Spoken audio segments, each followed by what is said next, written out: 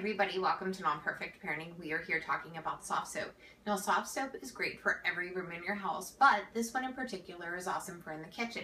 This is your Kitchen Citrus Bliss. Now this is awesome for in the kitchen because this washes away bacteria. Now if you do any prep work for in the kitchen, you know that you want to keep bacteria away from your food. So Kitchen Citrus Bliss has a wonderful scent of citrus, keeps away bacteria, but it's also going to keep your hands from getting dry. So the foam is perfect for not drying out your hands, great for in the kitchen, keeps away bacteria.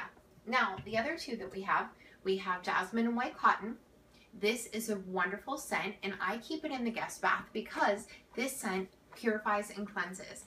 It is a really soft, wonderful scent that your guests are going to love, or if you want to keep it in your bath, that's perfect as well.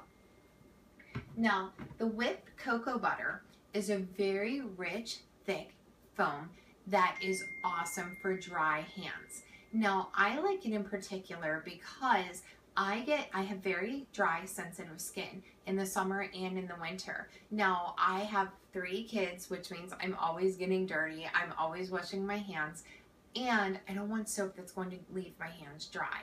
So this is a very wonderful soap that no matter how many times I wash my hands, I'm not going to dry it out. So be sure to go to your store or go to Soft Soap and pick it up. Now I want to thank Colgate-Palmolive for giving me these samples to review on nonperfectparenting.com. Make sure you go to my site to see my entire review of soft soap.